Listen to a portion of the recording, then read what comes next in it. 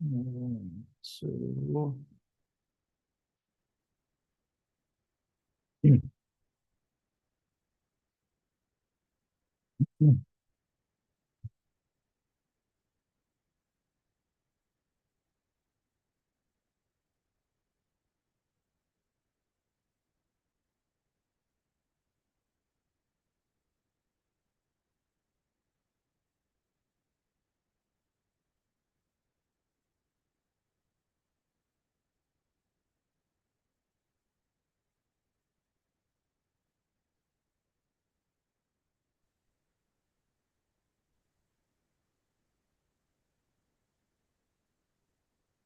hello, hello. How's it going, Billy?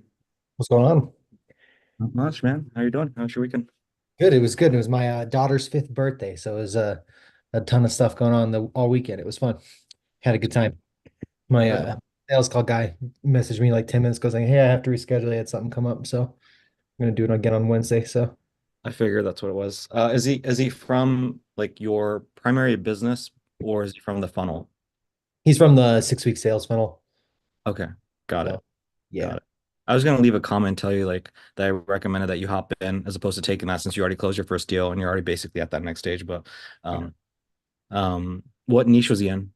He owns he's like a carpenter and he does like carpentry stuff for construction for houses as well as like side tables and tables and all that stuff. So it's just kind of it is what it was, but we'll see if I can pull something out of it.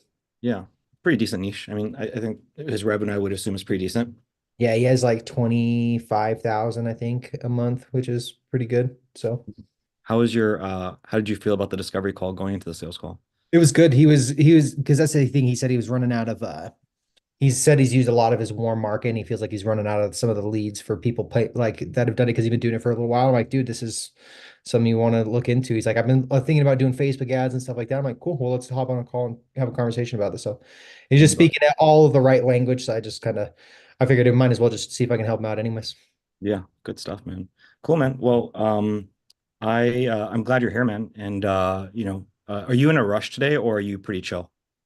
I have be out of here about 8 o'clock Eastern time. My wife has something that she has to take care of, so I got to be able to watch the kids. So, Okay, but yeah. cool. I was just asking just to make sure I can get you in case you're in a rush or anything like that.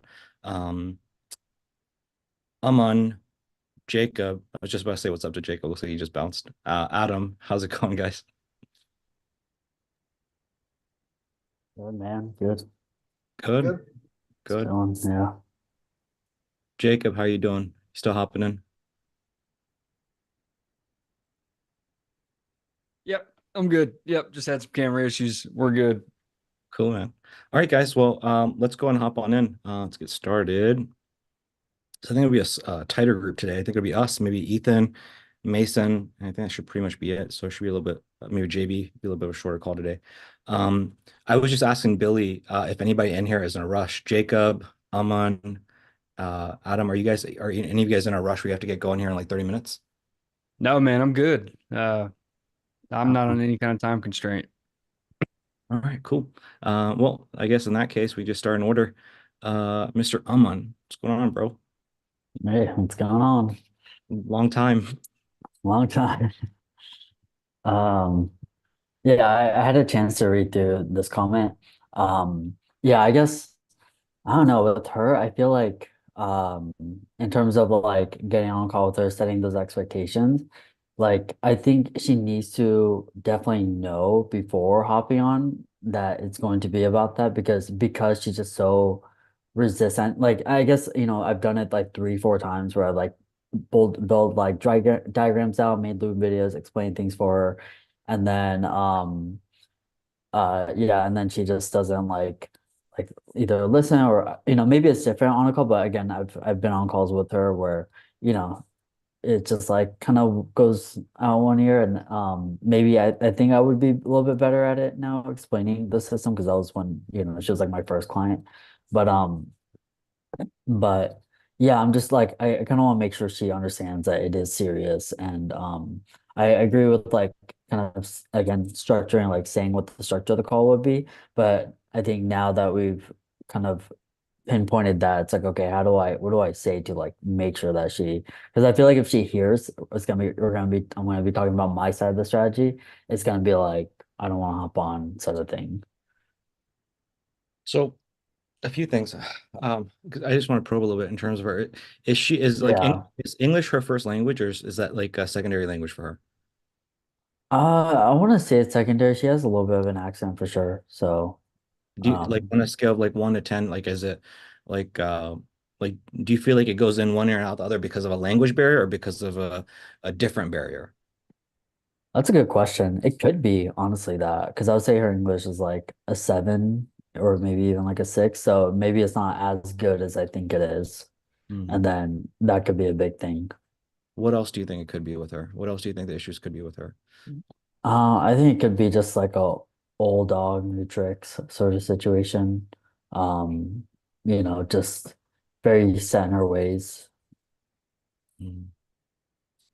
Other than that, I mean, yeah, and I think it's also how we started. Like it's one of those things where you mentioned where it's easier just to update the onboarding. I actually had a onboarding today and I just felt like things like click. I mean, they're a very kind couple too, like just very open and stuff, but I just felt like things were like clicking for them that I just haven't that's like kind of the best I've seen it. Um, and so I think that has a big part to do with because I think if she at least knew the strategy to begin with, then maybe she wouldn't have even hopped on a sales call, you know. That was Versus now maybe that was gonna be my next question, which mm, is so she's paid, right? So she's on that, right? So you did kind of like a trial. What was it, like a week long or a month long that you did the trial? no, that was like a month long, yeah. You did a month long, and then she said, "Hey, look, I want to move forward, and I want to do it at this rate, whatever." My question to you is like, what do you think caused her to want to pay you and move forward? What do you think it was? Like, if you were trying to like step into her shoes, like, what are her thoughts of like, okay, here's what I'm going to pay this Aman guy? Yeah, I think because when I asked her like, oh, how many like people have shown up because she wanted to change up the AI strategy to where they're like booking directly to consultation. And I said, okay, like I mean, how has it been with the current strategy? Have been people showing up? And she's like, oh, I don't know. Courtney would know. And so I think it's maybe just like she can visually see like she's getting leads and that AI conversations are happening. But I don't even know if she knows how much like impact because there was a long like a period of time during that trial where we like didn't talk that much and like I didn't get much updates other than like I want to run this specific offer I want to so I don't like truly even have a pulse on how much it's impacted like the people that's come in and how she's able to serve them if she's able to upsell them or anything. And so it like did kind of surprise me that she wanted to move forward, but I almost feel like it's out of almost like ignorance, like yeah, this is marketing and I see the leads and I just assume it's an impact in my business. That's kind of my impression of it. Mhm. Yeah. So you hop in, she's kind of under the impression that's like, hey, I think it's working. Nobody's like complained and I don't see like necessarily we're in the red and I would assume something's working. So let me go and pay this guy and let me pay him this amount of rate. If he takes it great, if not, whatever. Um,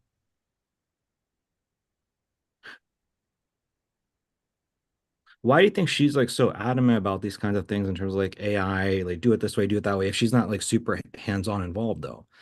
You know what I mean? So like that's the kind of stuff Yeah, you can do like Dr.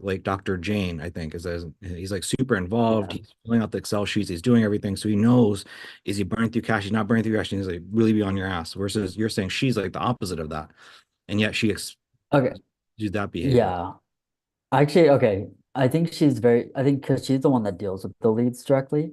So I think she's very aware of what's going on there. And then maybe she like books them in either through text. Because I see her booking through text a lot where like the AI will push for a phone call and then she'll take over and she'll be like, hey, are you free this date? And that can schedule you in. So I almost think like she takes it from there and then from there, that's where she's not like aware of how much like if they've been showing up. Because that's kind of where I've been trying to touch on like, hey, have these people been showing up? And she's like, oh, I don't know. Courtney would know. You can ask her when she comes back. But I know she's not really like I've heard the few phone calls that have been on there and she kind of goes right into like scheduling. And again, I think that was more on me for not like knowing how to coach those things as much. But and then I see a lot now where she's like booking them through text. So it's kind of like she's very hands-on with like she can see the AI, she knows the leads, but then I think she maybe my impression is that maybe she feels like she's getting a bunch of people booked in, but then I don't again I have to kind of talk to Courtney and see um, you know. I think I think that we're on the same page, dude. And I think that it's like you're a different person now than when she hopped in, right? You're such a different person in terms of skills you're 100%, yeah. probing. And so I think we can go in there and kind of like play this game of chess of like, hey, we want this move here and this move here. But I think honestly, I think it's just hopping in there, dude, and just like listening to her. I think you're right. Like just like everything you're saying, just like let's just like take it. And you playing it by ear back then, that Amon, and you playing it by ear now is a completely different Amon because you've been in the game longer, you've seen results, you know what it takes to find success versus not success. Mhm. And so when you really like listen to her, I think your natural gut instinct is going to say the right things to educate her versus like before didn't necessarily know why you're saying certain things. Just kind of it's almost like a script that you're running through versus now you're really listening, you're really understanding. Oh, here, this is an issue, this is not an issue. And you're going to be able to explain in a way I think that she's going to understand. That's going to actually like it's not going to go in there and one out the other. But it really is important, I think, just to sit down and ask her a question. I think the game of chess or like the psychological warfare is asking some questions that you kind of sort of know that she doesn't have answers to, and then trying to get her to like want to give you those answers. So for example, like the Excel sheet, be like, okay, I understand. So like she tells you like, oh, this is an issue, that's an issue, this is an issue. You get her to super buy in. And then you can explain to her like, okay, here's how you address this, here you address that. Do you have your Excel sheet so I can see if we're on pace or not? So step by step, listen to her. Step two, once you listen to her and she feels understood, you're saying things to double tie it down and ensure that she feels understood, and then also giving her some education. Right. So step one, step two, step three is now when you hit her with, hey, I need this, I need that. Can you give me this? Not even I need, but like, can you give me this Excel so I can help you with this thing? She's gonna be more like, oh, I actually want to give up on this thing. I'm kind of sort of fucking up. Mm, So it's kind of like a 1, 2, 3 step thing, I think. okay. Yeah, yeah, okay, so I think she's gonna open up for sure. She's gonna say these things. I don't know how receptive she'll be to me educating. Again, she's very kind of like it's I think at this point because she's felt that I've been so like she's felt that I've been very neglective or not listening to her even though and then she has to ask me multiple times. I think it's almost gonna be like a trigger to be honest. That if I start saying anything that's me saying it, it's like you don't care, you're not listening. At least that's my impression. You're talking about step two Um, or step three? step two, I think, where it's gonna like she mentioned something and then I'll like educate why that's happening. Unless it's educating in a way, it's like, okay, well, people have mindset like this. Like I almost feel like if I start talking about like why people are acting the way that they are, like I don't know if she's gonna like again, I'm not sure, but I does that think make sense? yeah, yeah. I know how you feel, and I don't think I'm Yeah. articulating from my point of view the right Okay. way, which is like when you explain things to her, you're not explaining things to her in a way where you're like kind of telling her like this is how it Okay. goes, why it goes. I'm not saying that. I'm saying like she tells you all the issues, and then you're kind of explaining it to her like kind of like what I'm literally doing with you right now, which is like if I'm Yeah. hearing this, if I'm hearing that, then this must mean this must mean this. Do you maybe I think that it could potentially be that there's a language barrier, and that could be something we should look into. See, I'm speaking that way Yeah. too. I'm not just Yeah. Yeah. you do this, you do that. So that's what I mean by Okay. step. And then once Almost she, like articulating back to her better. yeah, yeah, it's like you're really Okay. making Yeah. sure that she feels heard and she feels understood. Doing that thing that again she feels neglected. We need to take care of that. And then once she feels like you're fully, listening to her, loving her, respecting her, giving her all this value, then you can again it's kind of gradual, but like you can have more and more slowly buy-ins. But it's never a thing of this. Never, never, Yeah. never. Yeah. Do that. It's you're gonna lose it right away. Yeah. And then once she fully feels that way, now I can go into things like, okay, well, like me, for example, one thing I want to literally ask you right now is like, dude, do you have her discovery call recorded? And chances are you probably, I'm sorry, your onboarding call with her recording. Chances are you do. But if you didn't, then because of the way I'm interacting with you, you're like, fuck, I really want Kushik to have a look at that onboarding call. Do you see that? Because of how Yeah. involved I am, because of what I'm doing. If I say to you, hey, do you have that onboarding call? If you don't have it, you're gonna feel like shit, right? And Right. Right. that's gaslighting, but you're showing her like I genuinely care. And then what's going to happen is now I'm going to say, okay, so I'd like to help you, and we're going to help you, but moving forward, we really need to have this. So what I like to do is I like to schedule another call with you, and we're going to really double, triple dial down all these things. And once you fully care on all this stuff, you'll give me another call. So I think it's a Cool. lot of it's going to be like If it has to be 80-90% of listening to her, dude, 80-90%. Honestly. Yeah. Until Yeah. we have her like fully bought in, and then we can ask for stuff. So the stuff that we were talking about, like, hey, getting on the same page, getting her on board, telling her how the game plan is, we might need to break it Yeah. into 2 calls, like we're saying. Yeah, absolutely. So I think what the structure of the call would be then is to really like ask all these questions, really make her feel heard, articulate back to her, and then at towards the end, slowly make the ask of, okay, so based on the information I've been hearing, just kind of see if I can get them to say, hey, we'll give you the information towards of how many show-ups have been and how many people have been booked and how many show-ups and how many of those people have bought packages, correct? And then Yeah. from there, it's like I can send them to get the information and then kind of maybe set expectations for what the next call will look like, and based on this information, we'll walk through the strategy together to make sure that these numbers look good. And if they do look good, then we'll keep on rocking with pushing towards the consultation and everything. Yeah. I mean, in either case, I think we're on the same page. Either case, we need to make her hop on that onboarding call and redo that. Okay. Yeah. If there does happen to be like hesitation towards the end where she's like, no, like I want to be run my way. I'm not saying that's gonna happen. I think there may be like 50-50 chance. Um, I may If she just do, leave it at yeah. If she wants to, and exactly, you literally are taking the words out of my mouth. If she wants to do it in a way where it's not gonna fuck with you too much, and it's just like, here's just one-off client. Let me just deal with yeah, it. It's not killing me, and it's gonna be a few more months of retaining or whatever. If it feels that way, then just fuck it. But if it's like yeah. something like it's really like crushing you, then we have to set things straight. Yeah.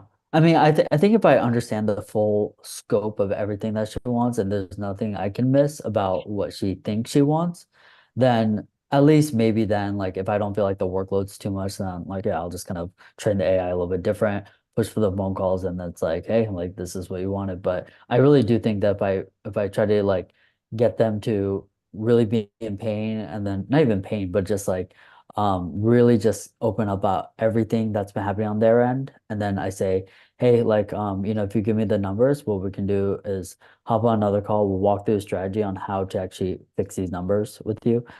And yeah, something like that. And then again, if she just like, hey, send her ways, then again, Yeah. I could deal with Hey. that for the rest of the month and then send her a loom at the end if I need to, if I really need to. Yeah, we're on the same page. I would say one just thing, and you're probably it's one of the we just have to feel it out, and you're going to feel it out.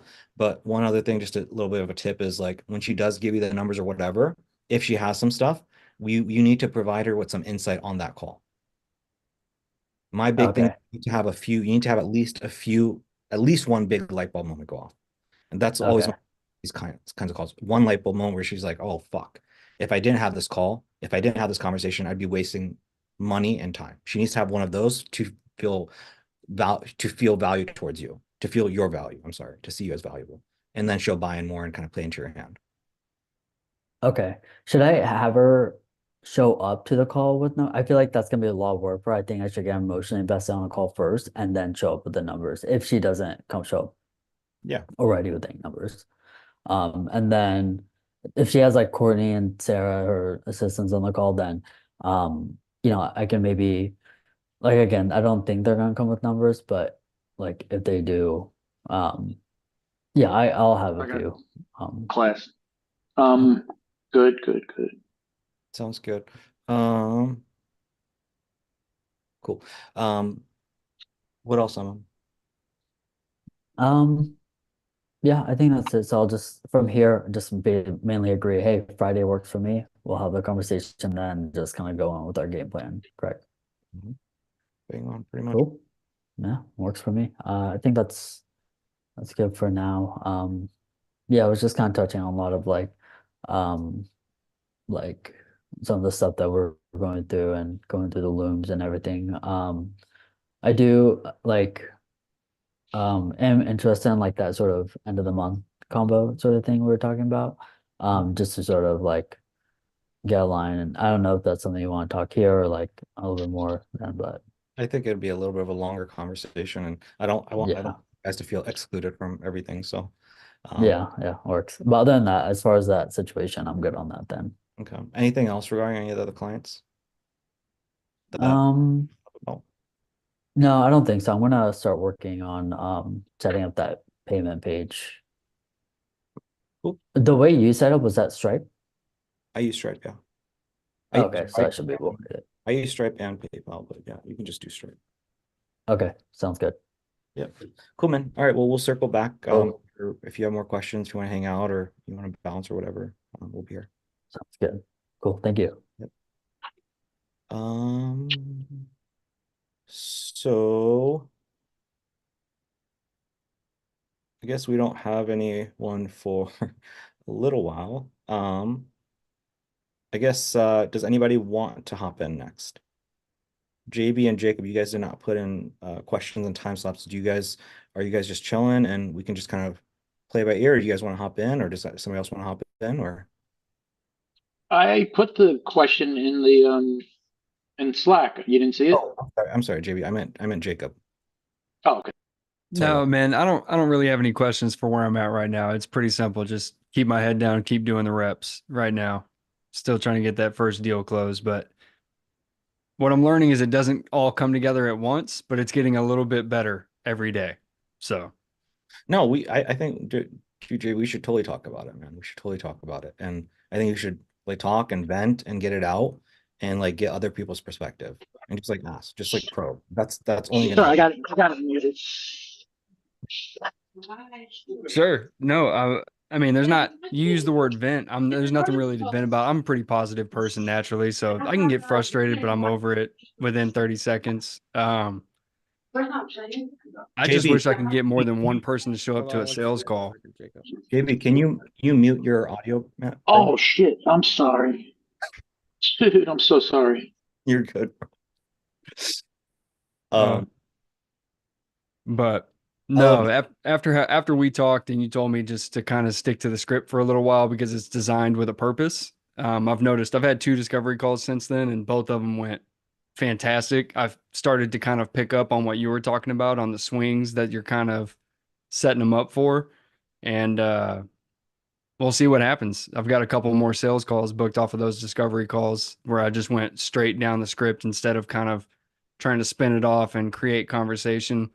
Um, that's just a natural instinct of mine is to keep the conversation going and just need to get better at understanding the intent and the purpose of each of those lines. It's not just to open the door for a longer conversation.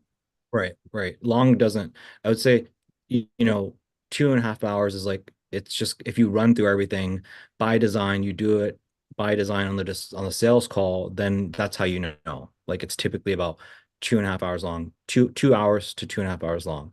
If it's like much shorter than that, like if it's like 40 minutes, like way too short, there's not enough emotional buy-in and everything like that. But when it comes to discovery call, that doesn't necessarily need to be elongated out. A few things that I was thinking about, man, is like, you kind of remind me of a guy, Mason, are you there? Yeah. Okay. He kind of reminds me a little bit of like Jacob. Oh shit, they got the same name. Michael, No, Jacob. Other Jacob from we got like 38 Jacobs. It was a popular name in 96. um Jacob from Is it the 2020. one that always played the guitar on Yeah, on Magician YouTube? Jacob. Yeah, Jacob Michaels. Oh Is that his yeah. last name? I thought you were calling him Michael as a first name. No. Dude, I got last names down. Come on, man. My bad, my bad. But like the reason I bring this up is I think like Jacob Michaels was always like trying to keep people happy and trying to make it pleasant and kind of like elongating conversation like you. And it's like upbeat and all that. And in my opinion, I could be wrong about this. Like some people, I feel pretty good about this just based off of my calls, is I don't think the call is supposed to be pleasant. And I'm saying this to you, Jacob, as well as everybody. And like it's not supposed to be a pleasant call. It's supposed to be a relatively painful call. It's supposed to be a relatively frustrating call. It's supposed to be a call where people have anxiety and you're pulling all these emotions out of them. Where it's like, dude, I'm so pissed off right now. I'm so angry.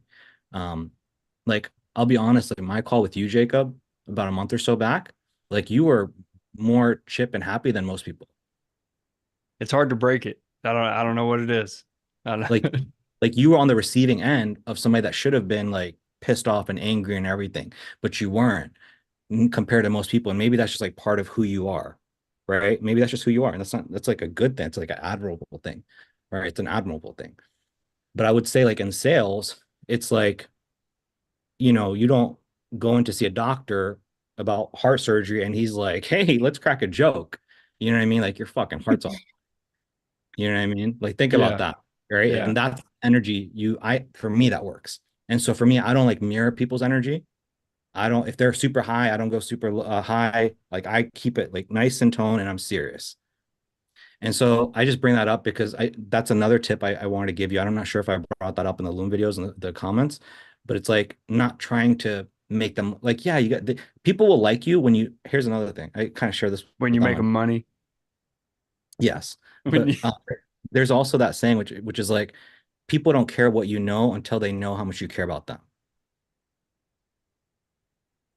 Right.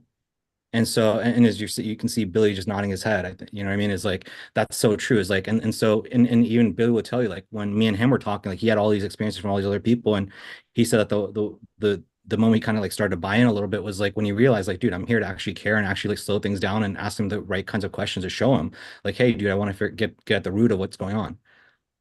And so I bring that up with you, Jacob. It's like, it, if there, and this is super important, is like, you can crack jokes to get people to like you and keep that high energy going, or you can just genuinely show them you give a fuck and they will equally like you and they'll probably actually like you more. Can I So say crack something really quick? jokes.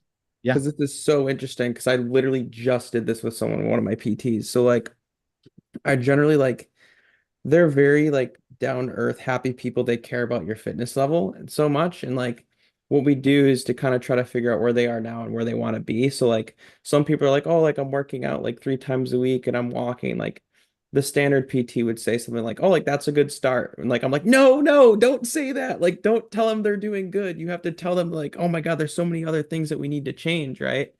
And oh my God, this is rotating full circle, but it's like we get to ask about their nutrition. They're like, oh, my nutrition's not good. I have a lot like a sweet tooth. That's what they call it. It's like just like sweet cravings, like donuts and stuff like that.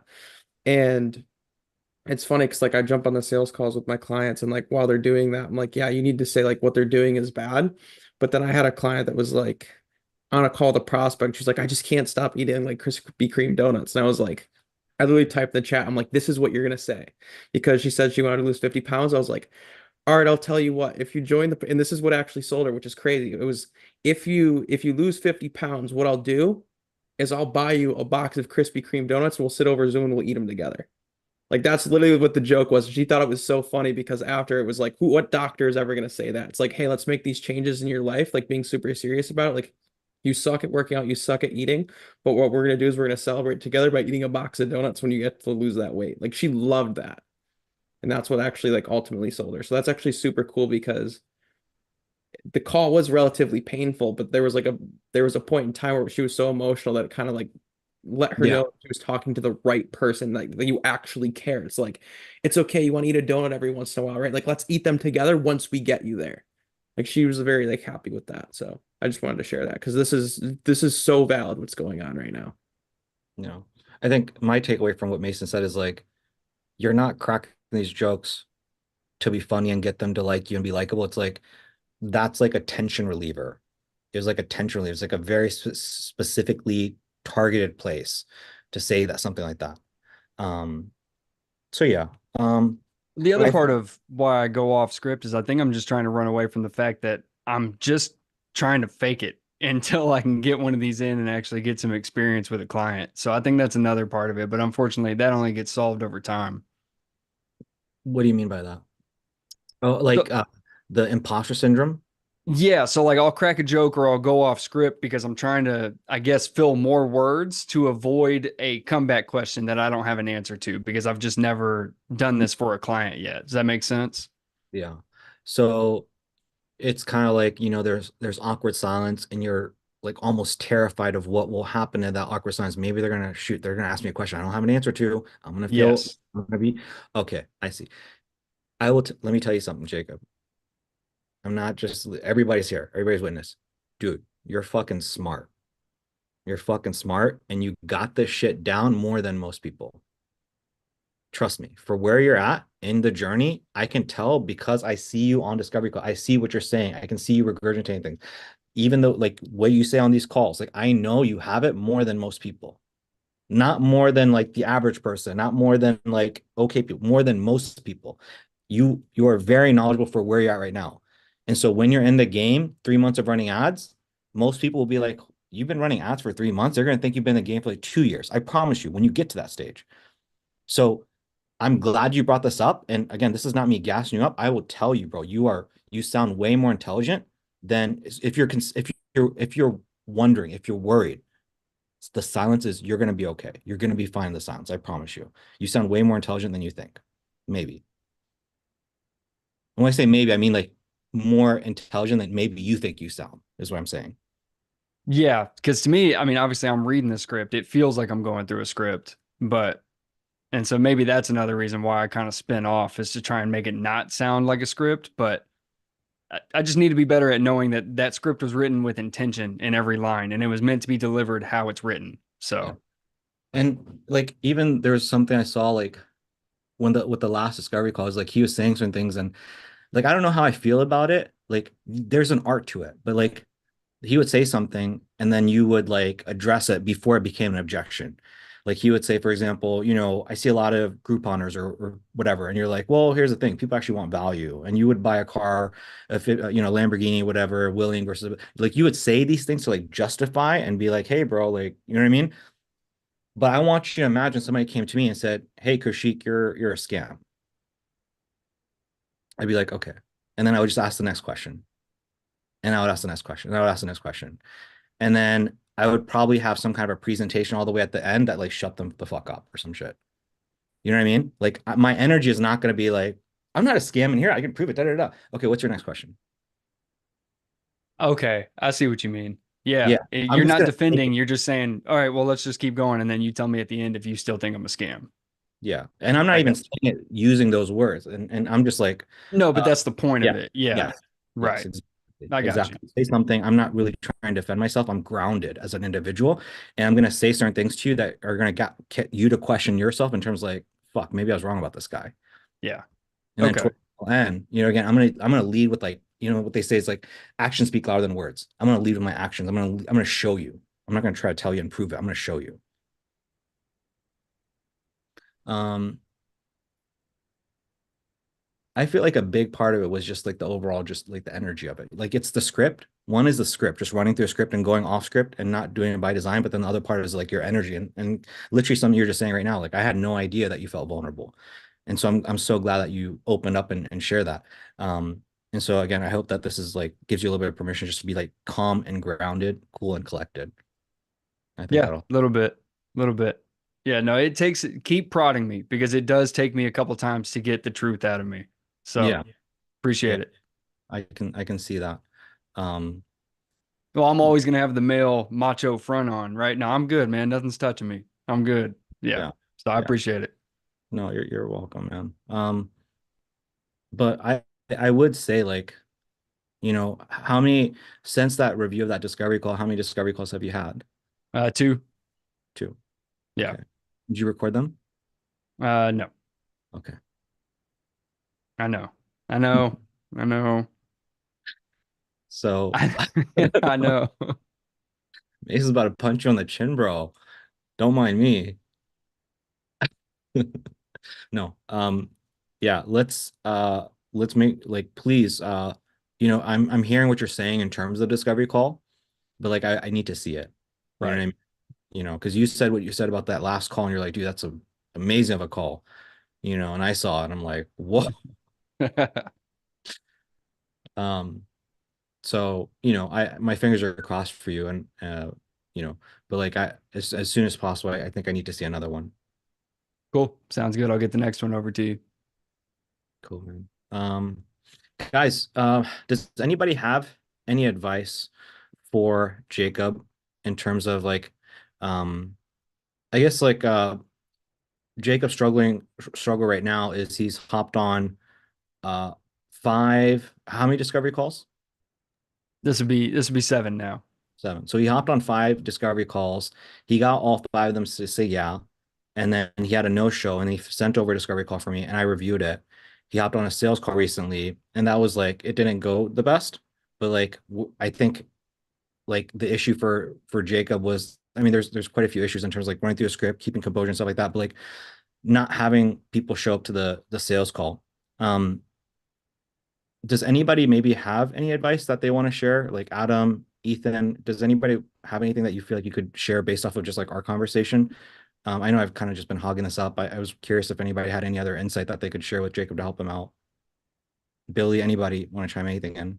Well, there's that video in there that's like how to guarantee or like more people to watch or to show up to your sales calls. If you really follow that, like I stayed in contact. There was one that the one that I ended up closing for he just did like a Google My Business thing, but still sale, it's still great. But he had like almost a week out for like contact with him, and I kept in contact with him every day, talking to him, sending him stuff, trying to be able to continue to keep that relationship there so that I'm on his brain every single day. That's how I got him to show up to the sales call, because the ones where I haven't reached out to somebody, I had somebody didn't show up today. Even though I reached out to them and we were in contact last night, they said, yeah, I'll totally be there. They didn't show up, but you just kind of have to be in constant contact once you set up the sales call, right? It's not like I was trying to make my sales calls like the next day if possible, to try and keep that contact if I could, if my schedule was permitting it. But if it's had to be a week out because of their schedule or something, just consistent contact with them every single day, whether it's like, oh, cool, I saw this cool thing about this advertising thing that we were talking about, or kind of stay within the conversation what you guys were talking about, but being able to send them something so that they keep thinking about that. Oh yeah, I have a meeting with Jacob. Oh yeah, we have that meeting tomorrow with Jacob, and be able to consistently think about your sales call. Good stuff, Billy. Yeah, and so that's a big part of it. Does anybody have anything else that they wanted to share with Jacob? Adam, Ethan, do you guys have anything that you guys wanted to chime in as well, or anything that helped you guys? Yeah, Ethan. Yeah, one thing that I did was like really emphasize that it was like a custom demo, that it was specifically for them. So it like was more personal. And so I had a lot more show up rates or better show up rate because of that, I think. So it really felt like it was tailored towards them. Yeah, that Jacob, you're gonna want to write that one down for sure. And so like yes, it is what Billy's saying, and you have to do all those kinds of things. That's like the sprinkles on top, right? The sprinkles on top is like touching base with them on a daily basis, keeping them warm, keeping the top of mind. But the cake is blue balls, right? It's blue balls where they have a conversation with you, and then because they can't, like something hasn't been solved, but like they're desperate to have that second interaction with you. That's why they show up. And so how does Ethan do that? Exactly. He gives them blue ball. He gets them super excited. Say, hey, look, I can help you solve this problem. I'm getting you already salivate. All right, so here's what we're gonna do. We're gonna create something. I'm gonna create something custom demo for you, and I'm so happy to share that with you. And again, you're just getting them to salivate so that they want to show up to the sales call. It's kind of like and I think I mentioned this to you in the Loom video, which is like it's like a great TV show that always leaves you on cliffhangers at the end of every episode. You're like, dude, I gotta fucking watch the next one. Right? You only plan on watching 2 episodes, and then you're 5 episodes deep because they keep leaving you on cliffhangers. And so I think that's kind of what Ethan's talking about a little bit there. No, that's a good one because yeah, I always offer the demo. Obviously, that's how I set up the call. But that one little word that you can throw in there, the custom demo, that's a good little tweak that I'll make sure to put in there. Yeah.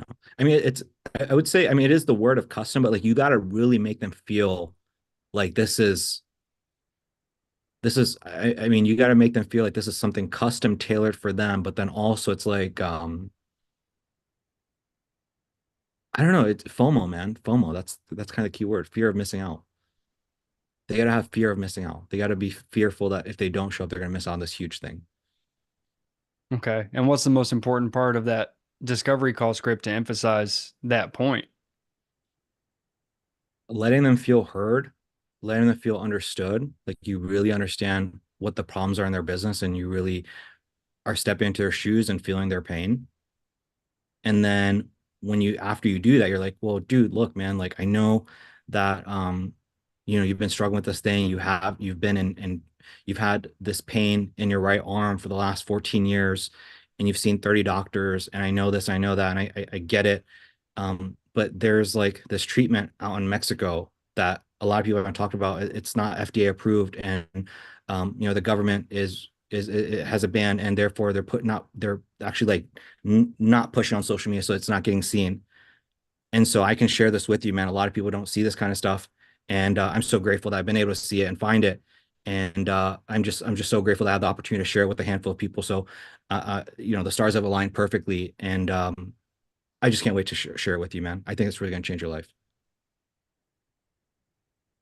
All right. You've been in pain for 14 years. You've been looking for all these fucking doctors. I'm like telling you, like, dude, there's this underground shit that nobody fucking knows about. And you're lucky. You're lucky that you found me and you clicked on my ad. You went all the way through and you actually gave me a shot. And now I'm going to potentially completely shift your life. Does that help a little bit, or is that like vague? No, it does help. It gives me a better idea of kind of the objective of the discovery call. Because the last couple, not the most recent, but the ones before that, I'm realizing now after you reviewed that one, the objective was get through the discovery call. Mhm. So Okay.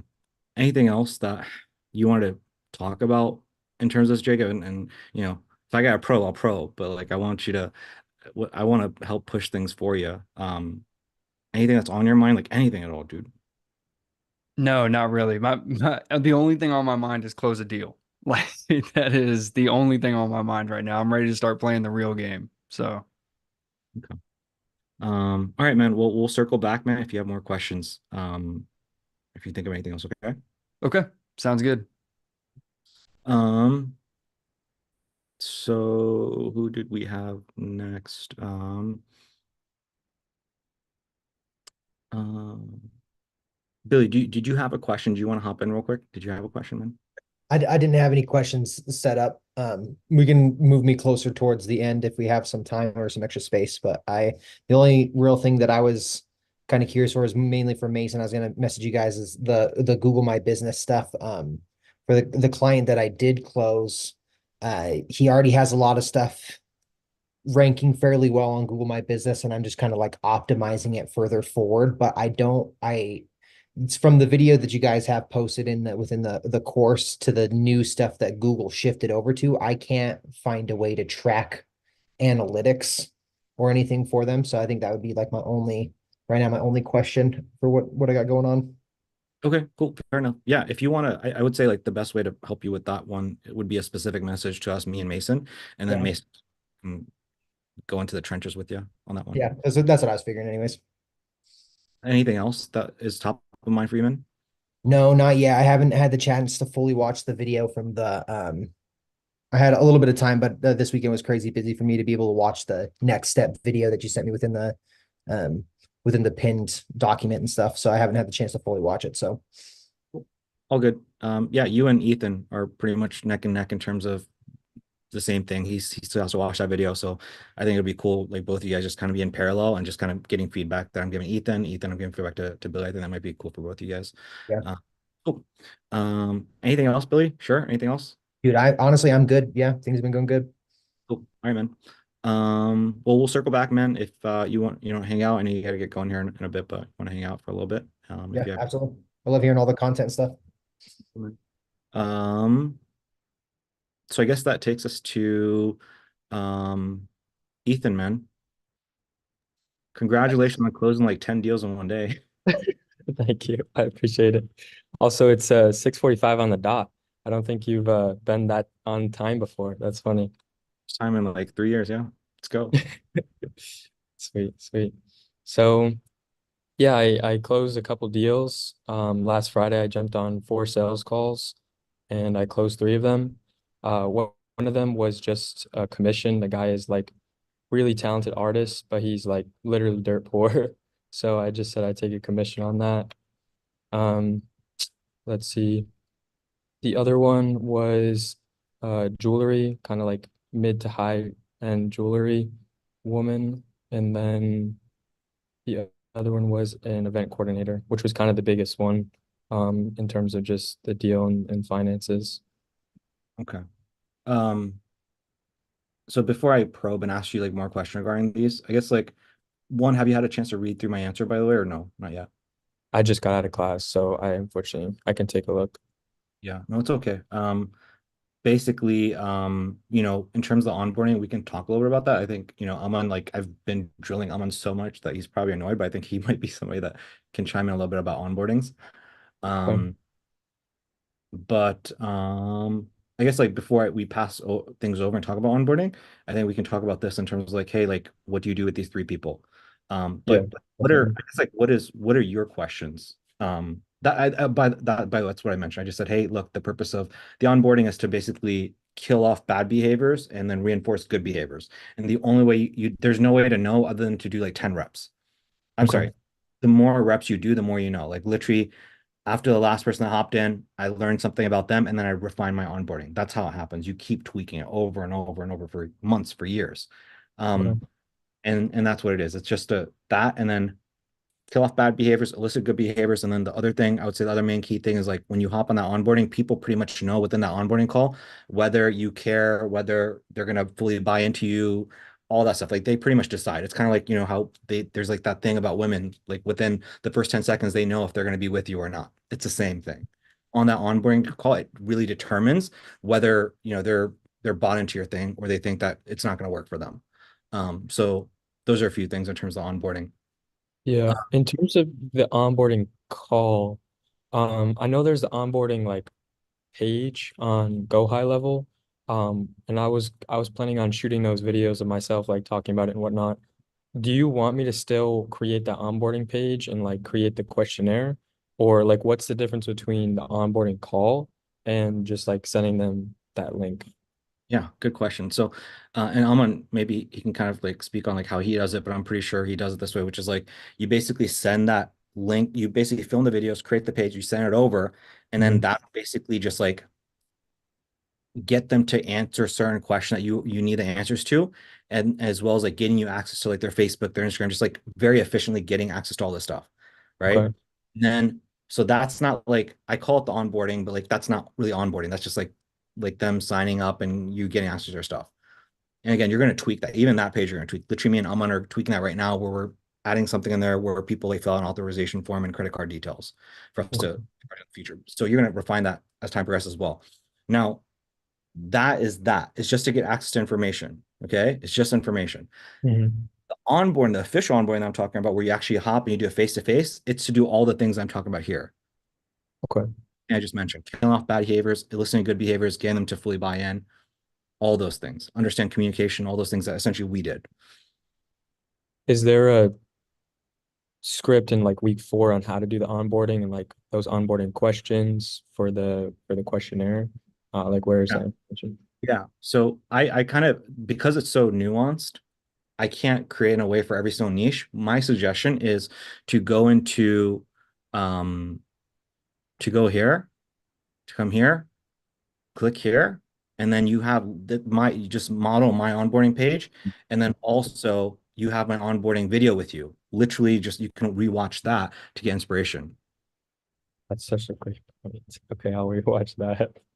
I didn't even register in my head. That's so funny. Okay, so just kind of mimic the similarities between those. Yep. So basically you should have both onboarding this page. We already have a template. This one you'd model mine. And then in terms of how to conduct this one, very similar to what I did with you. Okay. Okay, sounds good. And how long do you anticipate just for like these clients, for example, that onboarding to take? I know ours was pretty lengthy in turn. Is that how long you expect all onboardings to be, or maybe like 30 minutes, an hour? The main part of that onboarding is like the mindset section. And so the less of those mindset things you have, the shorter your call typically is. So I'm kind of typically seeing about an hour long for most people. Okay, gotcha. And on the event coordinator, I took the deposit.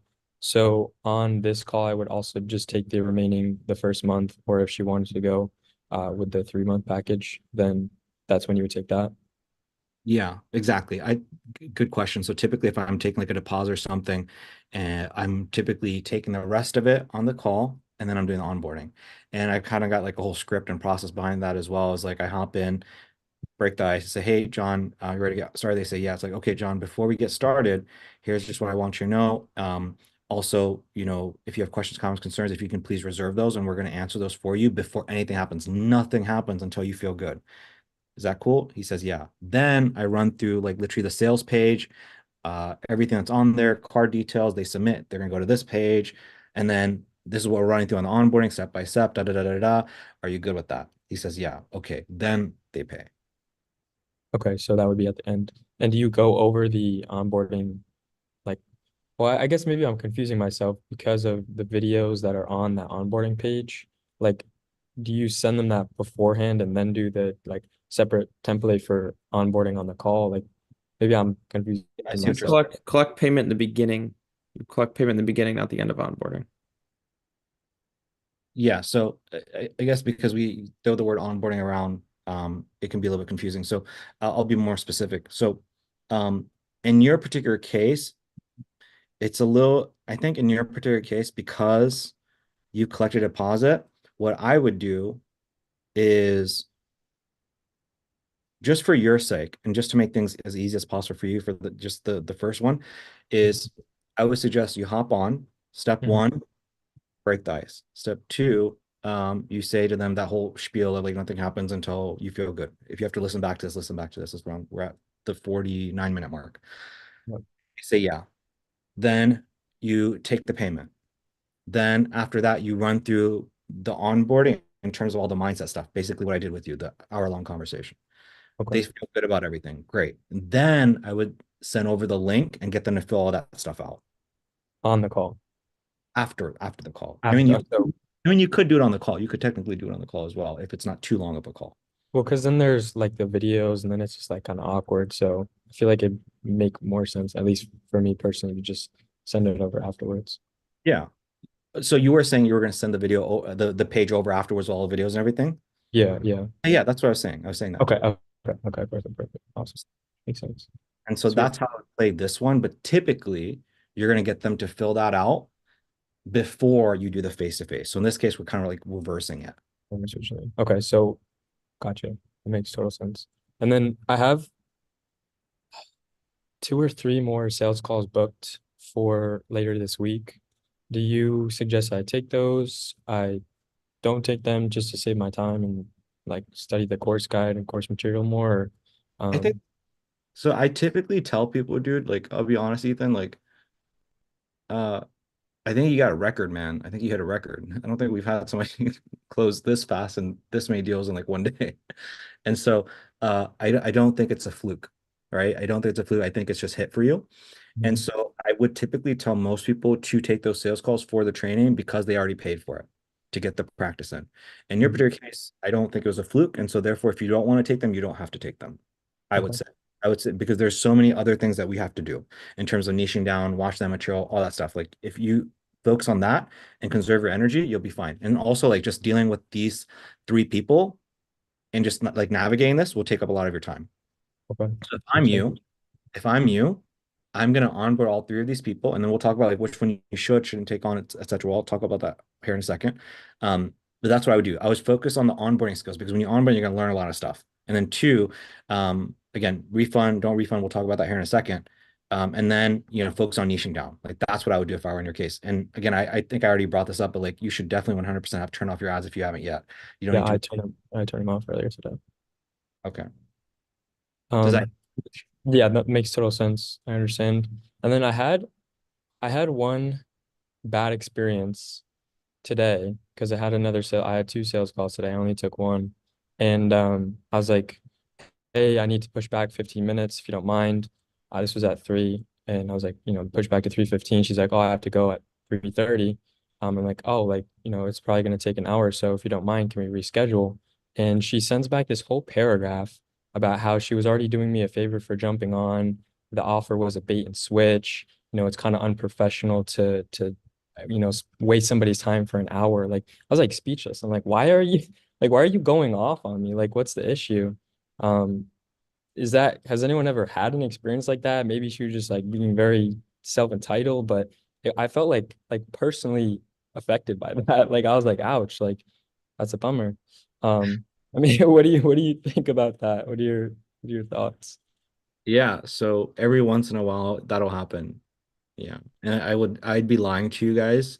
I'd be lying to you, Ethan, and everybody else here if I told you that like sometimes I'll read troll comments, I'll read stuff and things will happen. It doesn't get to me until this day it gets to me. But you shouldn't let it get to you.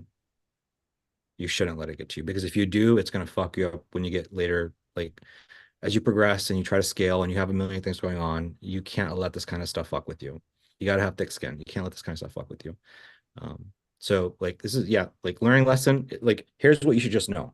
One, this is normal. Two, it does nothing for you, it does nothing for them. So move on. Very simple. You have to be stoic regarding these things. Gotcha. Gotcha.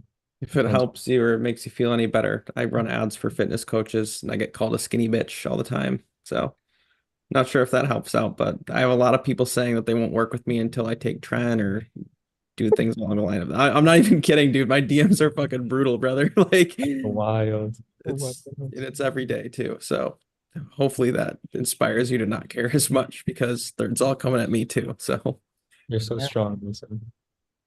Mason, when are you gonna start taking steroids, bro? dude, literally, you guys have no idea how bad it is. It's like I would never work with you, you skinny fuck. And I'm like, dude, come on. Like, I'm really good at what I do. Like, That's Oh, crazy. that's too funny. Yeah, Ethan, you got it good, bro. Maybe. Seems so. Yeah, it was really fun, honestly. I just kind of enjoyed the process of talking to them and like showing them solution. And so at some point with the artist, yeah, I think he definitely, I don't know, for lack of a better term, he wasn't fully there per se. So I was trying to be like as descriptive and as like uh I don't know, explanatory as possible. And so I felt myself getting like very emotionally connected to the like result I was gonna get for him. So it was a good time. I definitely had a blast on the call. So it's a good Good. time. Also, before I forget, one thing that you mentioned regarding her, the psycho, my suggestion, what I like doing is I typically don't like to reschedule through text and stuff like that when something like Okay. that happens. Why? Because you do that and you might lose them forever. Okay. So what I like doing is I like hopping on that actual sales call and actually just getting more buy-in to the point where they have no choice but to want to reschedule and do a follow-up call. Okay. So if you do it your way, you could lose them. However, if you hop on a call, yes, you can't fully conduct the entire sales call, sure, but at least there's more of a chance of you closing that deal, in my opinion. Okay. Gotcha. Makes sense. Yeah, she was a hairdresser and she wanted more clients for like blonding and haircuts. So um that's not even my forte anyway. So it is what it is. It's what it is. That's Noah's niche. So if you had closed that, I would have just like connected with him. Sorry, Noah, if he's on here. No, he's not here right now.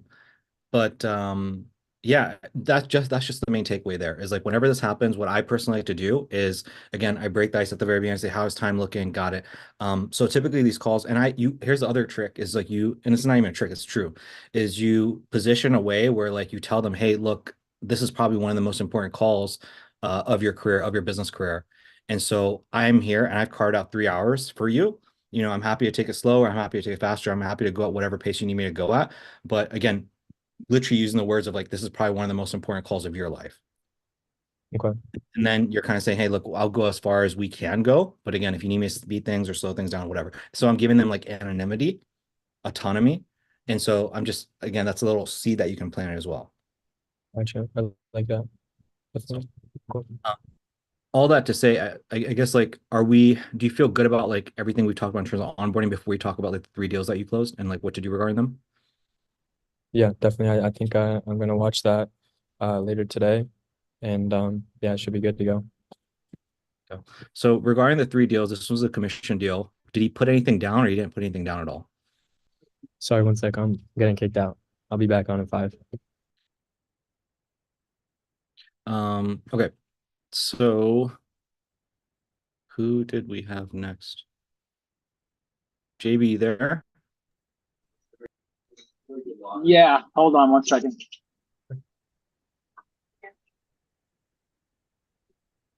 Can you hear me? You can hear you. Okay, let me step away. Did I don't know if you answered the questions that I wrote, so I didn't get a chance to read if you did actually answer anything. I mean, I don't really have much except I'm just working on my videos and trying to get those finished. Kind of experimenting with a little bit of like the AI character avatar building, and maybe have something like that that could pitch the videos so I don't have to change like the shirts all the time to keep it consistent. You know what I'm saying? And so I'm kind of testing that out. Not quite where I think it's going to be impactful to sell something. It's a little bit, it's really good, but it's still not like really where it's like an ad would feel, have the energy to punch, you know, have that enthusiasm. But I'm exploring it. So because I figured if I can make one of those avatars that can pitch, then I could just plug that avatar in to any script, and that would be great. You know, have the same person every time, same. You know, I can change up the background, stuff like that. So, but otherwise, I still got to do. Me personally, I still got to do those scripts, the Gotcha. videos. My 2 cents is that I think you should do it. I don't think Yeah. you should at all. Not right now. Maybe AI changes in like 2 years and Sora becomes insanely cool and we get some cool shit. But like for the time being, like I will tell you, like most people that I know that like like once you get to a place where you're scaling, man, really every single day you're looking at your ads. That's the first thing. Like your cash collected, your ads, that's your first thing. And so are you at 2x collecting 2x cash collected on return on ads? So if I'm spending 10K, am I making back at least 20K cash? That's the number one thing. If that's not it, then what's my cost per lead, my cost per application, my cost for whatever? That's the first thing I'm looking at as a business owner. The second thing I want to look at is time with my team, my sales team. I'm gonna look at those guys.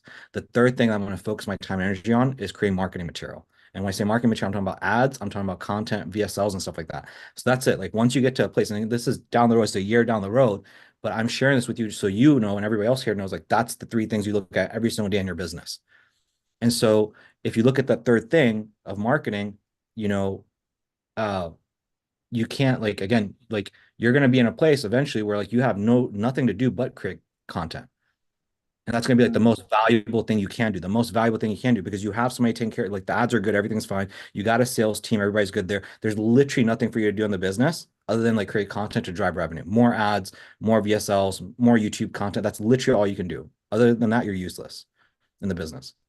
And so if you try to put an avatar in right now, like, you know what I mean? Like that's going to down the road, It's gonna hinder me because I mean, obviously, I don't know. Well, I mean, I would assume we all make a lot of content, and you know, we're all videographers, and you know, I mean, yeah, I mean, we've built pages, I guess. I don't know, but yeah, you know, just testing, you know, trying things, see what would make things easier, faster, but not trying to shortcut it either. So maybe it is trying to shortcut it. So I'll just bang it out then, you know, just bang it out like old school style, teleprompter. Yeah, I feel very strongly about that. Like I'll tell you, like Dean Graziosi, I don't even know how much this dude makes, like a bajillion dollars a year. Literally all he does is film ads. That's literally all he does in his business. Every single day he's just filming a fucking new ad. That's it. It's true. Yeah.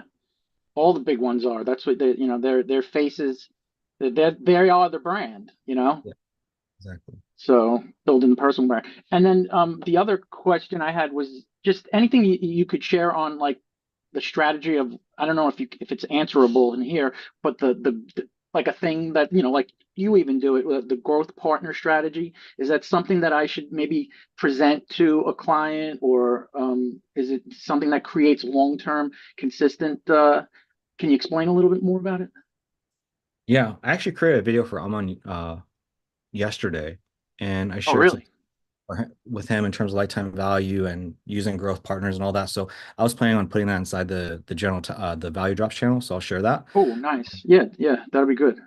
But in your particular case, I mean, with boudoir photographers, I can tell you from my experience. And by the way, I did answer you. So when you have a chance, like I pretty much answered everything you asked. Okay.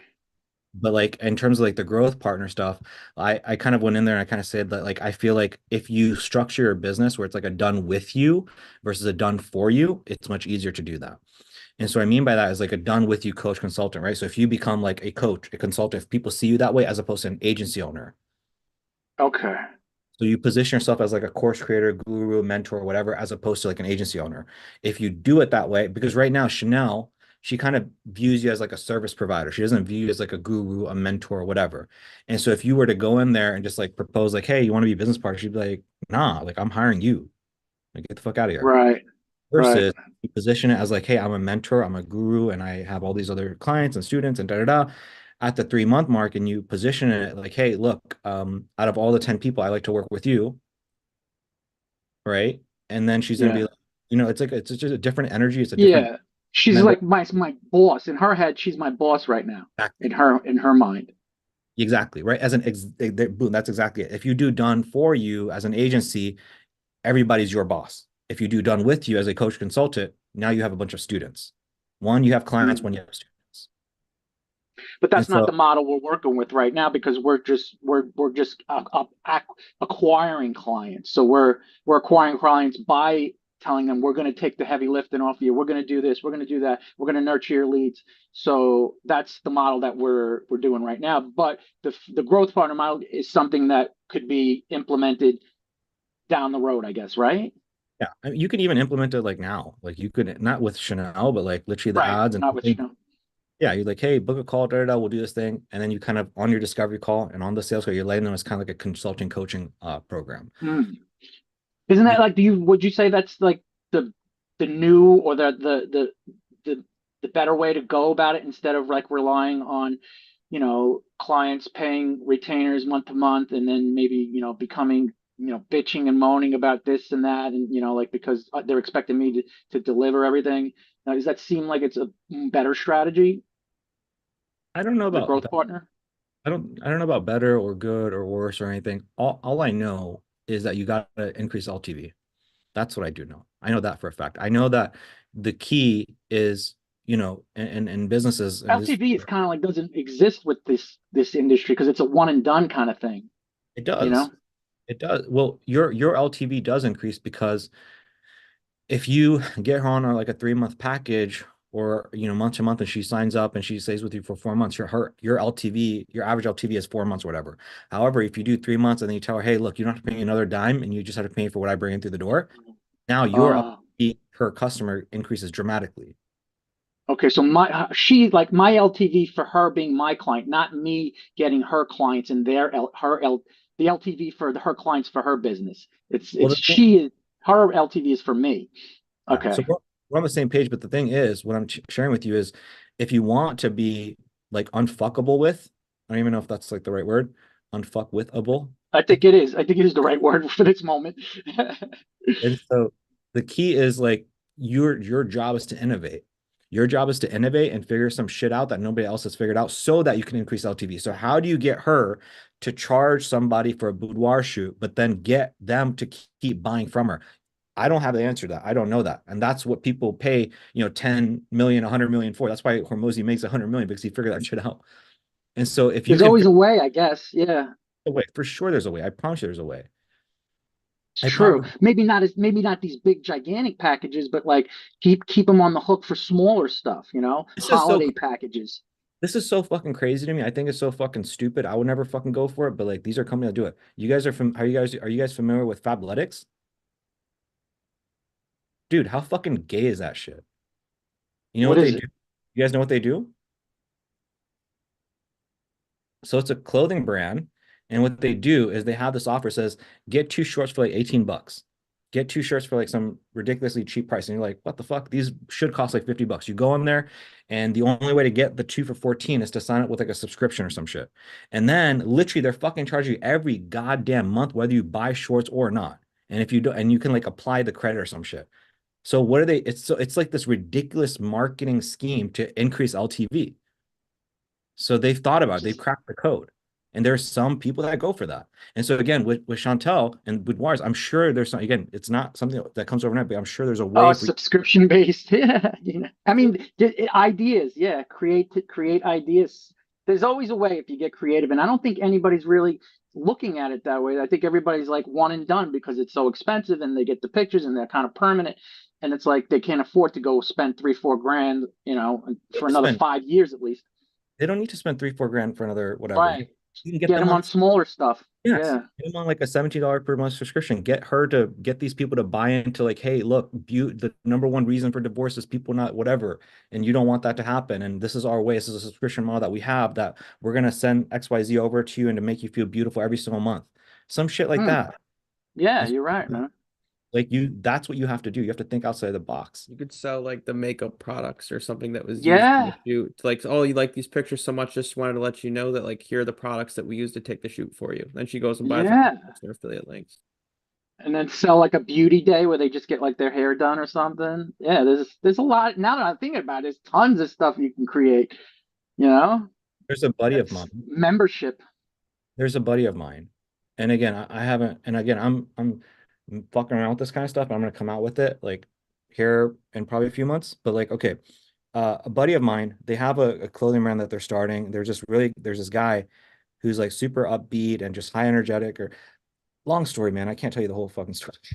Apologize, I'm doing such a bad job at telling the story. But the point is, they're like, I just know they don't have like a unique selling proposition for the clothes that they have. Like it's like a fitness brand.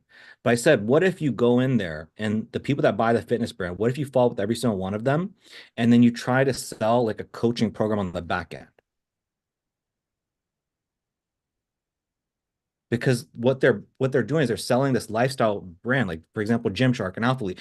Gymshark can't do this right now. Alpha Elite can't do this right now because they're so corporate. But back in the day, the people that bought Gymshark, the people that buy Pump Chasers, they buy because they're big fanboys on YouTube. They watch the material, they buy in, they're like, I want to be like fucking this person. So you buy from this brand, and then you have like the main face of the brand reach out and you say, hey man, I got this coaching program. You want to be a part of the community? Because why do people buy a brand like that? They buy the brand because they love what the brand stands for. So you say, hey, you're part of my inner circle. So again, you're thinking outside the box. I don't know anybody that, I'm sure people do that. I personally don't know people that do that, but like that's the way you got to think. Like, what can you sell on the back end? So you increase her back Personal end, growth. Yeah. you increase her back end with her customers, and then get her to stay with you. That's the trick. Mm. Yeah, because all these people, all these women, they're all doing this because they need to love themselves. They need to feel confident. So then you turn them into like a personal growth program where, now it's like, all right, you took the pictures, this, now we need to work on your, getting you to take, better care of yourself, getting you to, be, speak better, all these things that you could add into it.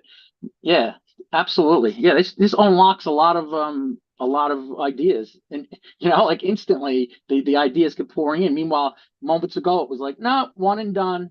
That's all it is. There's always, I promise, there's always opportunities to resell stuff. Always.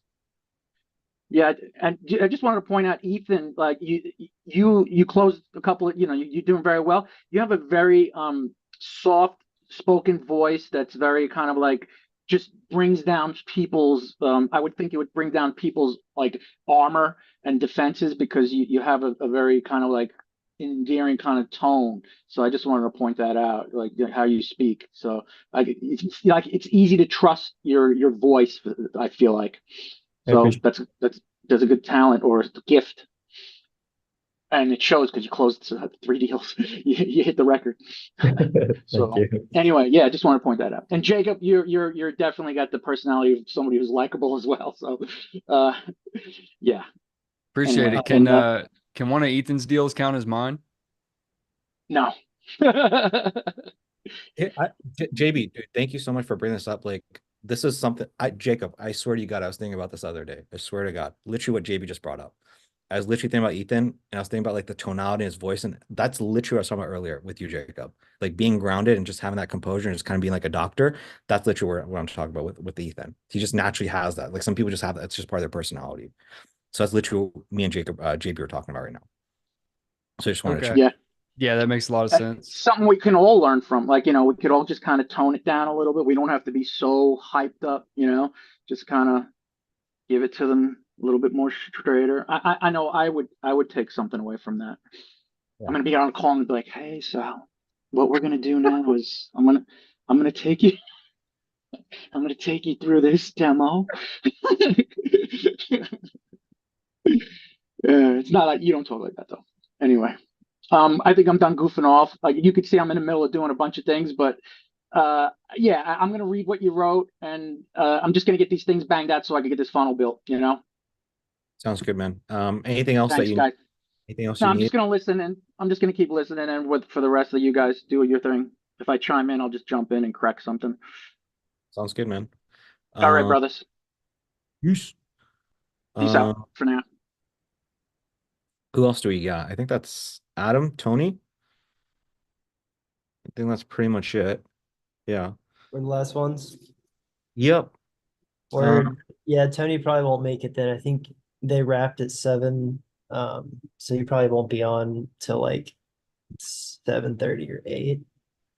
But we can definitely chat without him. I left I left a comment for you guys. Did you guys see it or you guys haven't seen it yet? I read it. Yeah, you definitely answered like all the questions for us. Let me pull up my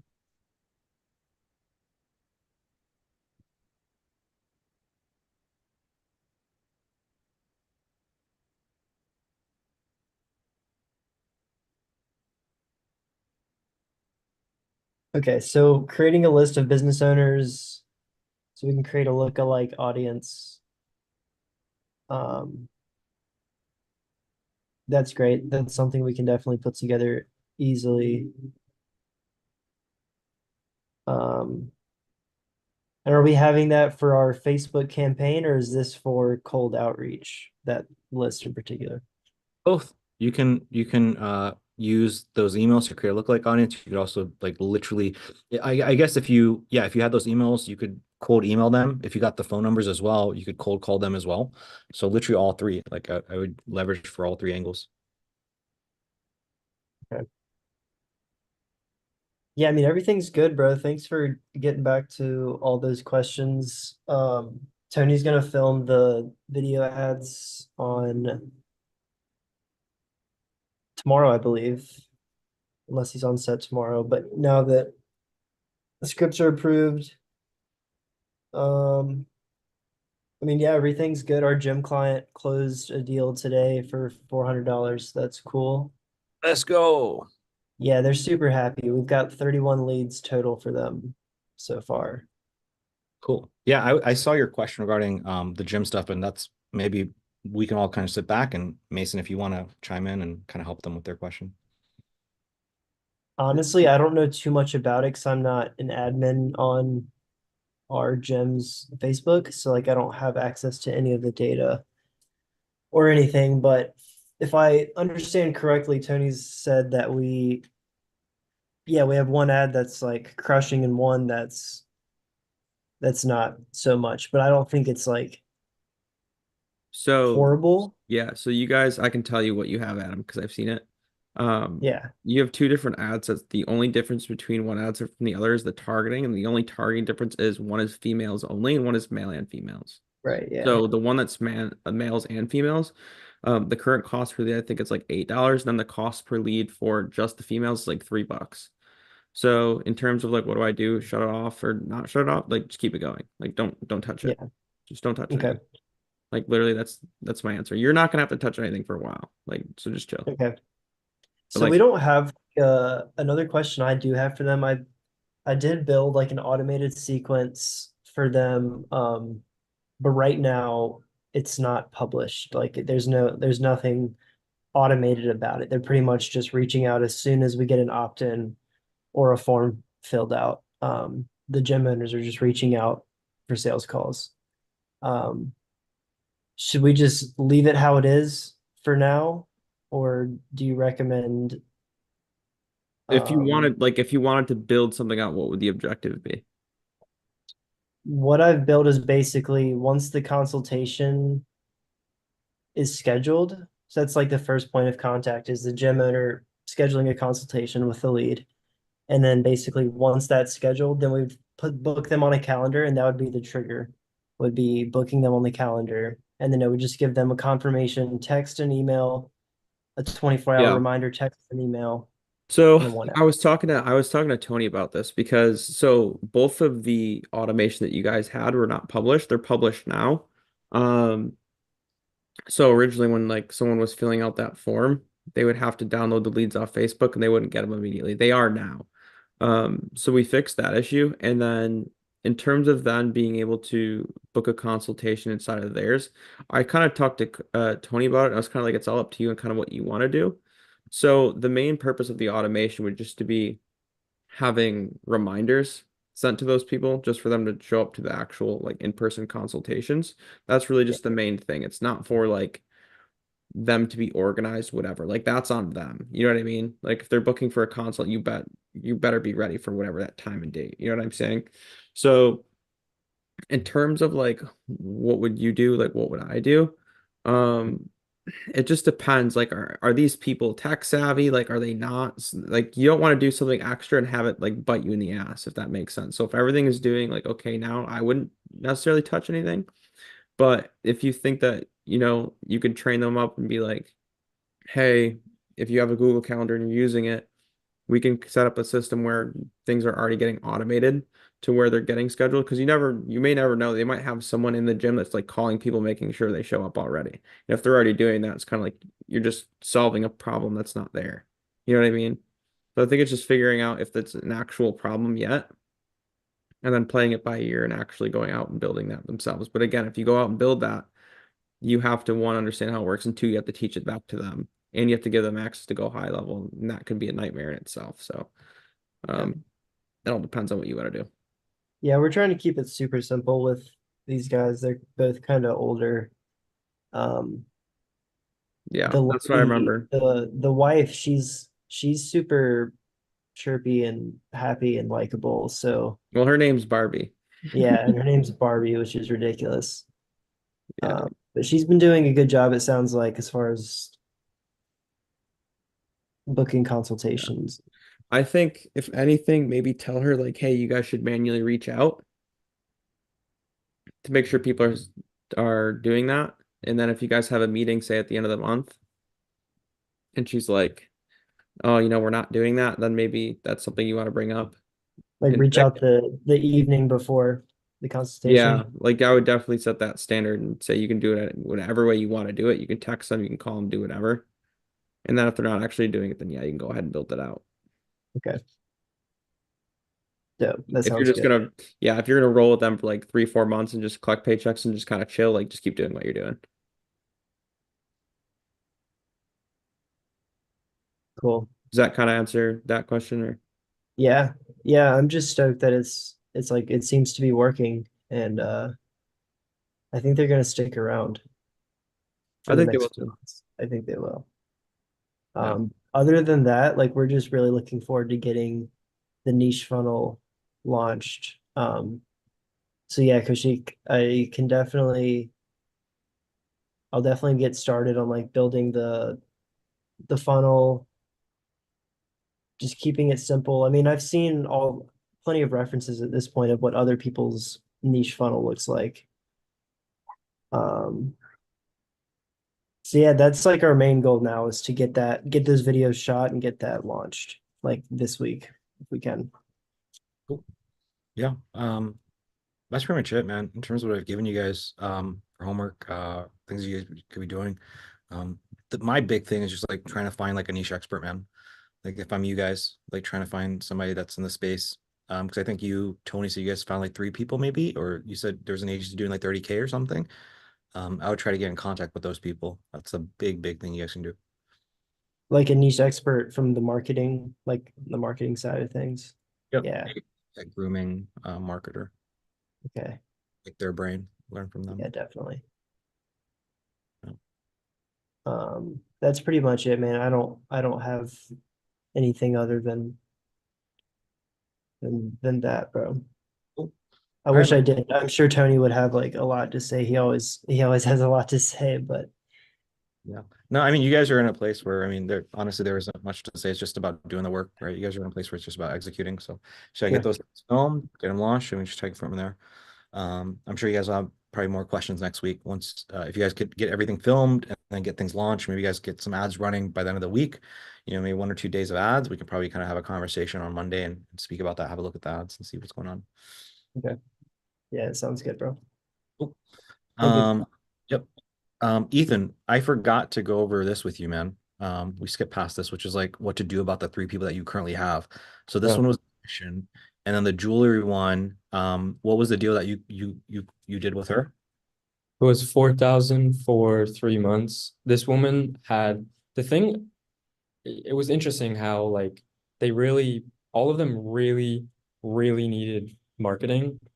So it was almost like an easy sell for a lot of them, which definitely made my job a lot easier.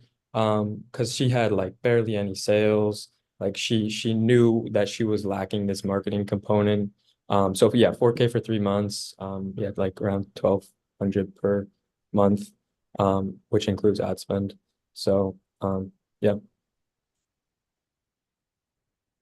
Okay. And then the event coordinator. That was 1,500 So 1,500 for 1 month. yeah, locked in for 3 months. 1 to 2 months. Agreed. 2, 3 months. So this person, how much did she put down?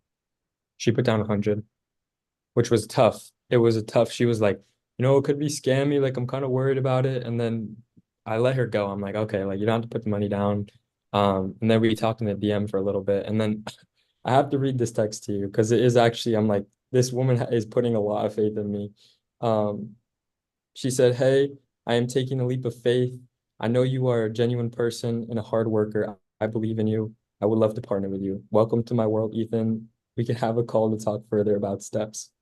So, so she believes in me. So she moved forward. I closed. I got the $100, but yeah, it was definitely a hard close. Okay. Well, that I know we're joking about that, but I think that's important in terms of like the decision that you need to make. Okay. So $100 down, and then I guess like what is being expected? Like she's gonna cover 4K the next time you guys meet, or what is expected? It was a 1,200 down. Yeah, and I did the strategy that you taught. So I said like a certain amount of money for the 3 months, like per month, and if you wanted to pay in full, you would get the discount. So that's kind of I don't. She's very tight on cash, so it was like hard to sell it. But yeah, I basically said just month to month 1,200. So next time it would be the 1,200 on the call. Okay. And then this person, the event coordinator, what did they put down? They also put down $100 just to like all these people. It was hard to justify like putting down the money up front. They were fully closed. Like you can watch back the call. They're like, yeah, I fully believe in you. Like I just gotta move some things around, make sure we're good to go. But I have onboardings with both of them on Friday. I booked those on Friday. And then the artist, they're just covering ad spend. Yeah, and yeah, he was very skeptical. It's going to be interesting to see how that works out. I just want to see what I can do for him in terms of like getting results. Like maybe you would advise me not even to work with him. But he said like 20 to 30% commission, and he has pieces of artwork for like $2,000, $5,000, $10,000. So like maybe it's impossible to sell these. I don't really know quite yet. I know there's definitely a market for it. But it's probably going to take a lot of time and a lot of effort, which I acknowledge. So I don't necessarily feel like I am like emotionally attached to any of these. The event coordinator, I get this one. Like she's got like a shop, she sells jewelry. I get that. Event coordinator, like what exactly does this mean? Like they like who are their customers? What exactly are they doing? I need like, can you give me more details about this person here? Yeah, so when we jumped on the discovery call, I asked her kind of who her target demographic was and just like got to know her a little bit more.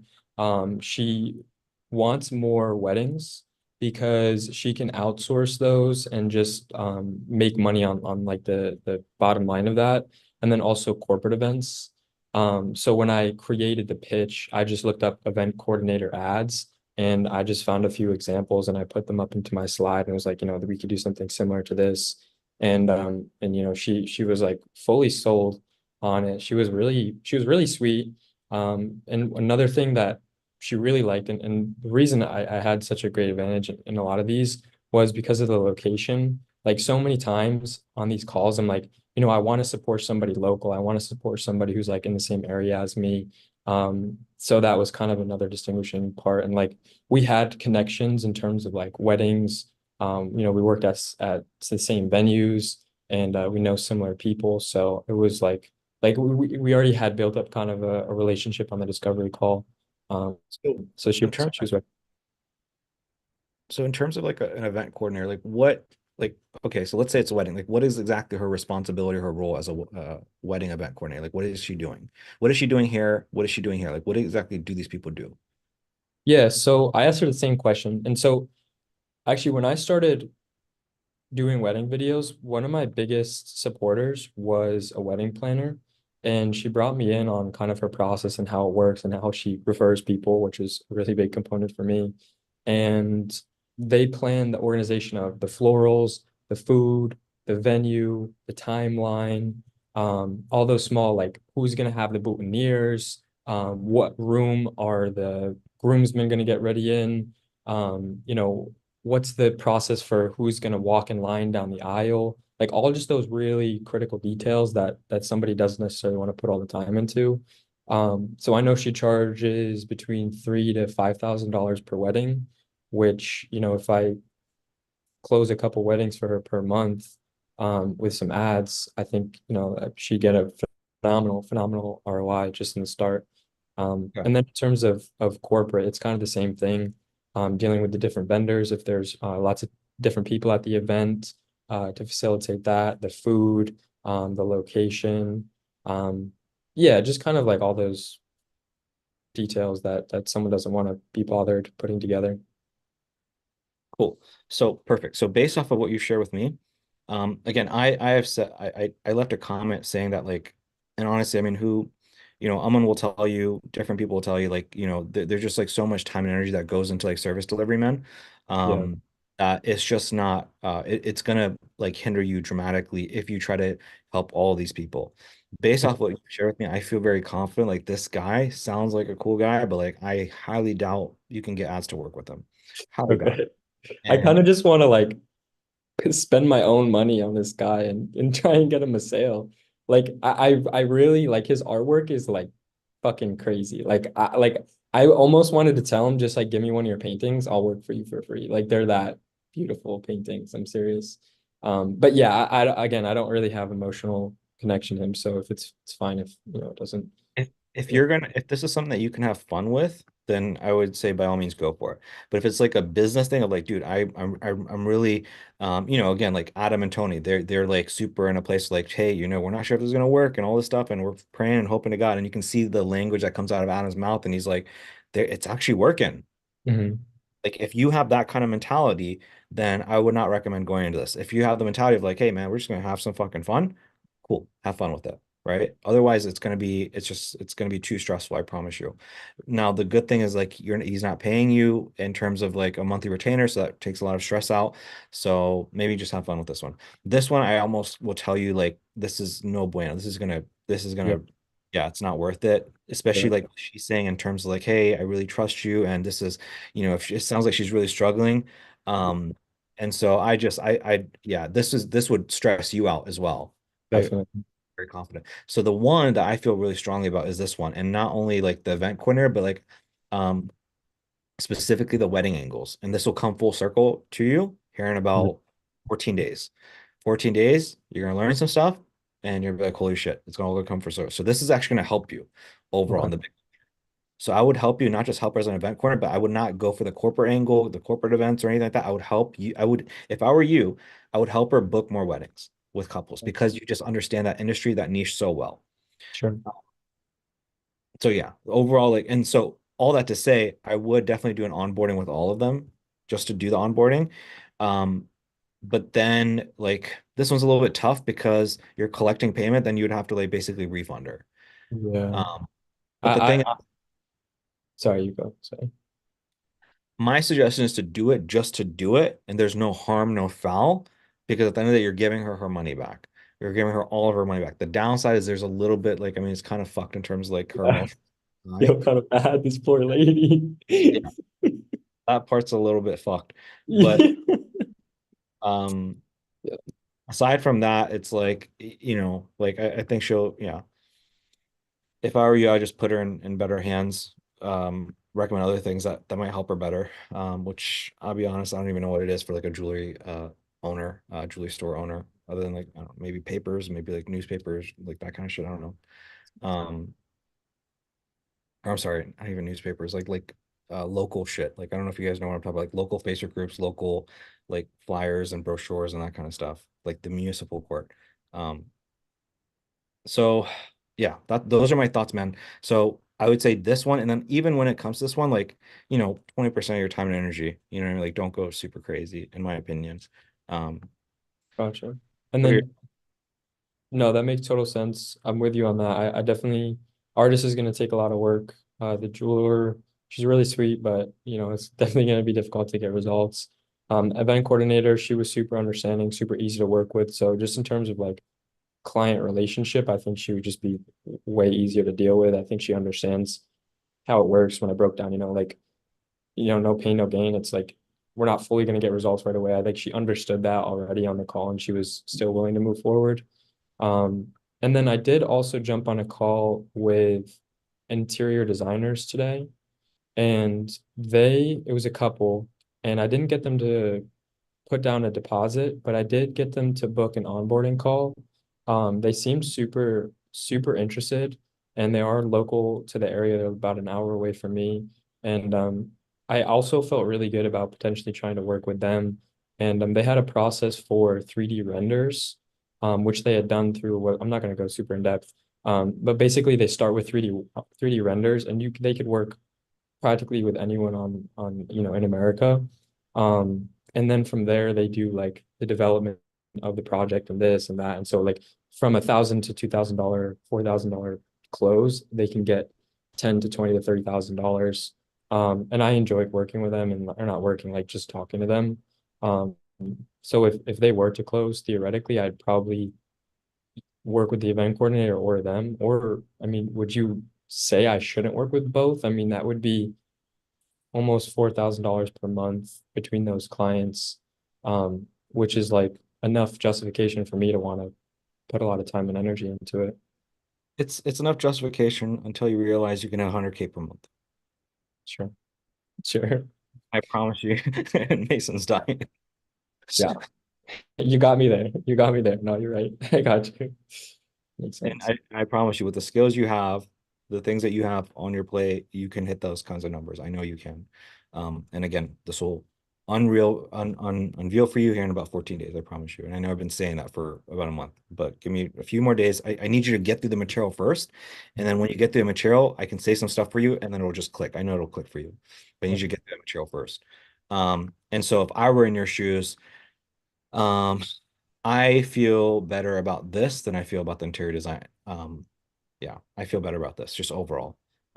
But there, yeah, you can't take on both, bro. You're gonna pull your hair out. I mean, ask Tony and Adam, like how much time has it taken you guys to like handle the gym stuff and taken away from like niching down, would you guys say? Quite a bit. Yeah. Yeah, quite a bit of back and forth, agreeing on an offer, things like that. Sure.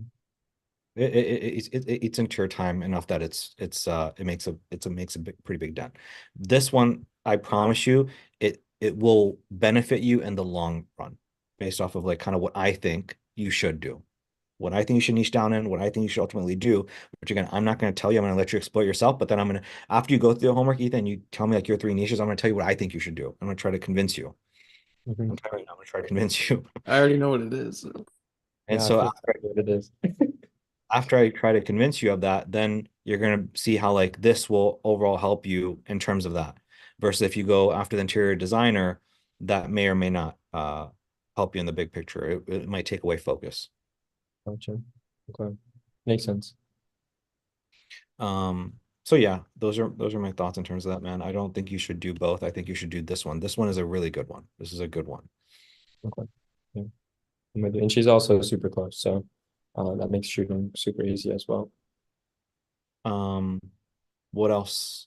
What else did you have that you wanted to discuss? And like, this is all I wanted to make sure I just went over this with you because we skipped over it. Was there, does this raise more questions? No, that releases all other possible questions I could have. That makes total sense. Yeah, just in terms of niching down and moving forward. Yeah, appreciate it. I think that's everything, guys. Adam, Aman, Billy, Jacob, Mason. Anybody want to say anything? Chime in, talk about anything? This was a fast one today. Bitcoin local all-time high today, What's the price today? 54. Really? So it should be above 54 right now at this moment. Let's go. Okay. That's crazy. That's crazy. I'm so stoked for the next couple of years, guys. So stoked. Yeah, Bitcoin went off today. Yeah. Nice, good stuff. Yeah. Anybody else in here invest into crypto, or is it just Ethan? Ethan's the only weirdo here. Ethan, we got Adam. Anybody else?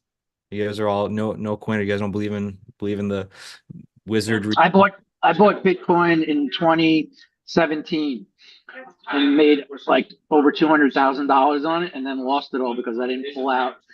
Then bought again and made a bunch in 2020, and then lost and didn't pull out. But overall, I made very well with Bitcoin. So yeah, and I still have some in there. So that's my take.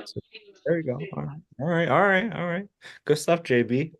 You got a nice bag right now?